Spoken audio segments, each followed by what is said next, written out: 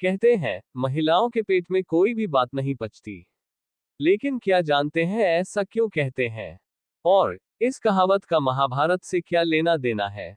मान्यताओं के अनुसार महिलाएं आज भी युधिष्ठिर के श्राप को भुगत रही हैं, लेकिन मॉडर्न जमाने में इस बात के कई मतलब हो सकते हैं, यहाँ तक कि इसे पॉजिटिव नजरिए से भी देखा जा सकता है।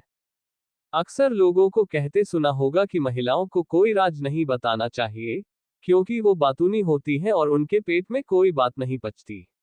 अब इसका कारण कुछ भी हो, लेकिन महाभारत में इससे जुड़ी एक घटना जरूर मिलती है, जिसमें युधिष्ठिर ने स्त्री जाति को श्राप दिया था कि स्त्रियां कभी कोई बात किसी से छिपा कर नहीं रख सकेंगी।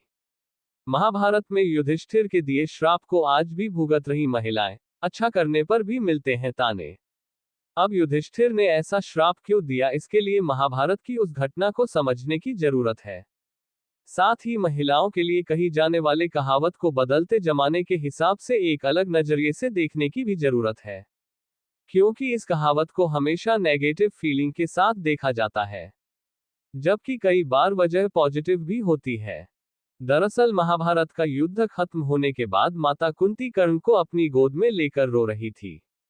तभी पांडव वहां पहुंचते हैं और समझ नहीं पाते कि दुश्मन की मौत पर उनकी मां क्यों आंसू बहा रही है। तभी युधिष्ठिर ने कुंती से पूछा कि आप शत्रु की मौत पर बिलख बिलख कर क्यों रो रही हैं। तब कुंती ने बताया कि कर्ण उनका ही बेटा था। कर्ण के जन्म को लेकर कुंती ने पांडव को बताया कि उन्हें ऋषि दुर्वासा ने प्रसन्न होकर एक मंत्र और वरदान दिया था कि इस मंत्र से जिस देवता का आवाहन करेगी उन्हीं से पुत्र मिलेगा। उस समय कुंती ने मंत्र की परीक्षा लेनी चाहिए और सूर्य देवता का आवाहन किया, जिससे उन्हें कवच कुंडल धारी सूर्य पुत्र कर्ण मिला। लेकिन लोक लाज के डर से उन्होंने तेजस्वी बालक को एक संदूक में डालकर नदी में बहा दिया, जिसके बाद उनकी शादी पांडु से हुई और पांडव हुए। कुंती ने इतना बड़ा सच सभी से छिपा कर रखा। तेजस्वी और सूर्य पुत्र होने के बाद भी कर्ण को पूरी जिंदगी अपमान का दुख सहना पड़ा। ऐसे में कर्ण का अंतिम संस्कार करने के बाद गुस्से में आकर युधिष्ठिर ने पूरी स्त्री जाति को श्राप दिया कि अब से कोई स्त्री अपने पेट में कोई बात नहीं छिपा पाएगी। डी